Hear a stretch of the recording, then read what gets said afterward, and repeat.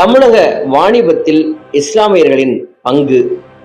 போர்ச்சுகீசிய பரங்கிகளது மிருகத்தனமான நடவடிக்கைகளாக பாதிக்கப்பட்டிருந்த Malacca முதல் Aden வரையிலான நீண்ட வாணிப வழியில் இஸ்லாமியரது மரக்கலங்கள் மீண்டும் மெதுவாக செல்லத் தொடங்கின.